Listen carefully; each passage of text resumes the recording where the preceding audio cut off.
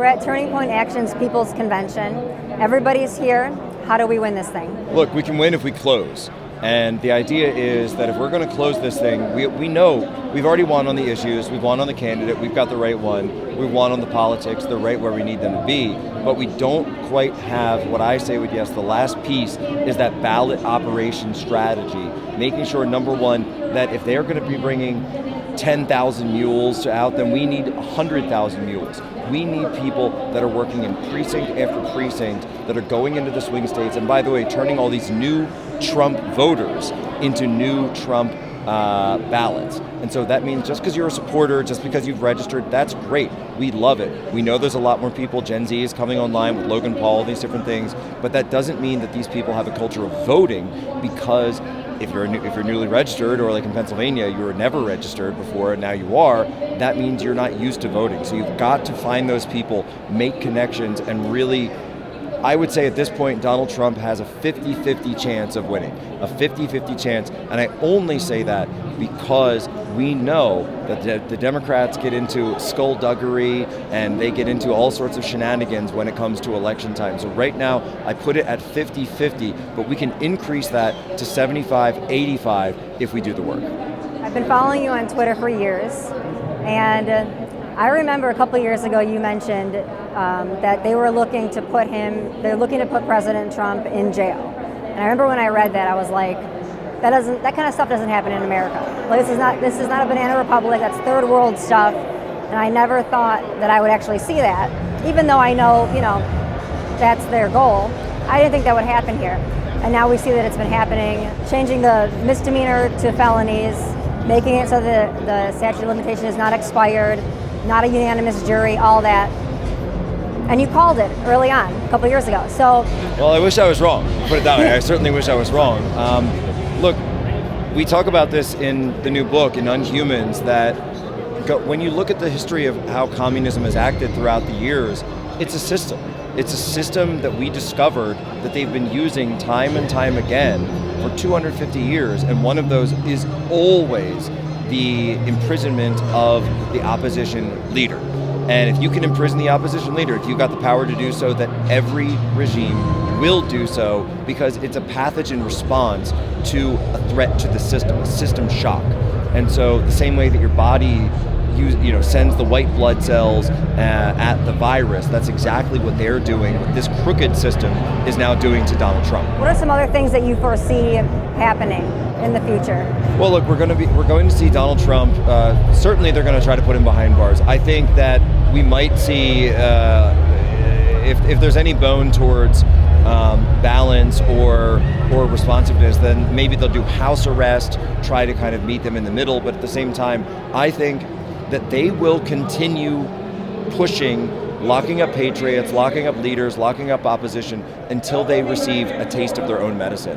And nothing is going to change until that happens. And what I hope is that Republicans will wake up and understand that if they don't deliver the results that people want, that the people are going to start moving away from them and seeking other means. So how would you say the right would get justice then in response? If the right were to do the same tactics, is that just chaos? Or Joshua, do you have an answer to that? Yes, in Unhumans we talk about reciprocity. So this is a book about communist history, past and also present. For example, the January 6th experience was similar to what Mao Zedong did in the 1960s with the White Flower campaign, where people who were opposed to the communist regime, he suggested you wear a white flower on your lapel. Was one of the symbols. And so now you could identify everyone to arrest.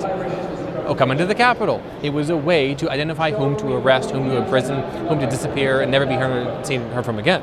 And so that type of tactic, we see myriad examples of how the modern left, the institutional left and Democratic Party pulls from the playbook of actual communists, be they the Khmer Rouge in Cambodia or the anarcho-communists in Spain, but there's always, or at least there ought to be, someone who says no further. The reason the Soviet Union did not have a nuclear war against the United States was because of what was called atomic diplomacy, aka mutually assured destruction. If you think about nuking us, we're going to nuke you right back. They didn't want to get nuked, so they didn't try it. And that reciprocity goes back to the Code of Hammurabi, which is the oldest civilizational text. So Which, by the way, you say that thing about Russia and atomic diplomacy, and he's been saying that, it's in the book. We didn't know when we were writing this that we were going to receiving another dose of atomic diplomacy as the book was coming out, but that's exactly what we see right now in the Caribbean. If you look at the Russian warships, why are they there right now? It's very simple. This is reciprocity from the Russians in the only way that the two sides can reach across to each other, because all diplomatic negotiations have been cut off. And so, as the United States continues to send arms, materiel, and missiles, and bombs, and bullets to the Ukrainians, which Joe Biden has said are now authorized to strike within Russia proper, what does Russia do next? They send nuclear-powered and nuclear missile-tipped submarines to the Caribbean, instigating a new Cuban Missile Crisis. So again, we're seeing the same reciprocity actually play out on stage. And what we recommend in the book is that the institutional right in the form of the Republican Party understand that this eye for an eye makes the whole world blind mindset is useless. In reality, in civilization, an eye for an eye keeps would-be eye gougers from jabbing people in the eye for fear of what would happen to them. So what does that reciprocity look like? It does not look like reactionary chaos, which was the response to some communist regimes in the past. Reciprocity in this case would be, okay, you're engaging in lawfare against our candidate. Where are the legal means for us to be able to engage in counter lawfare against you? That's far worse than what you're sending to our side to experience. That is what gets them to say, oh, okay, that's enough, that's too much. That is how you de-escalate the opposition, by escalating beyond what they were willing to endure themselves. Right now, the cost of their lawfare is almost zero. We have to raise the cost. And if we raise the cost to a price that they're not willing to pay, now we can get back to parity and balance.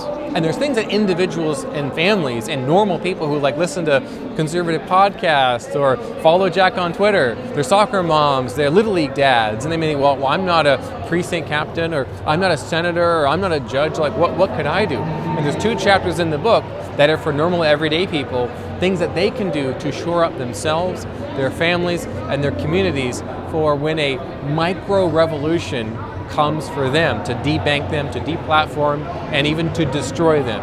So this is not a book that's, more outrage and someone should do something. Yeah. But the latter pages of the book are, here's what you can do who's reading this right now. So your book is called Unhumans? The book is Unhumans, The Secret History of Communist Revolutions and How to Crush Them. This foreword is by Stephen K. Bannon, who, even though he is in the foreword, I think about 1 week after he delivered the foreword to us, it was just announced that he himself would be put behind bars. And so I was hitting up Joshua. I said, I think we need to add a little, maybe an afterword to the book, explaining that even during the process of writing this, it's playing out against someone who was involved with the book itself.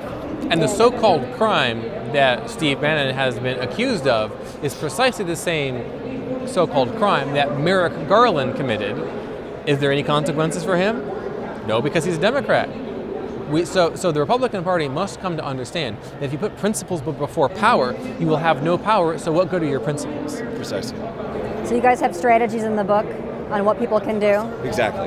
What's the biggest takeaway that you want people to know? We're going to win. It's that these guys have been beaten before. They've been beaten all over the world. They've been beaten by themselves, when in case of Russia. They've been beaten by heroes in many cases throughout the world. There have been times with the Chinese Communist Party where they've won as well. And we need to understand and learn from those. But the idea that they are unstoppable, no matter how big the regime is, no matter how powerful they seem, they can always be defeated by the spirit of humanity. And so that's sort of the counter. They are the Unhumans. We are Team Humanity.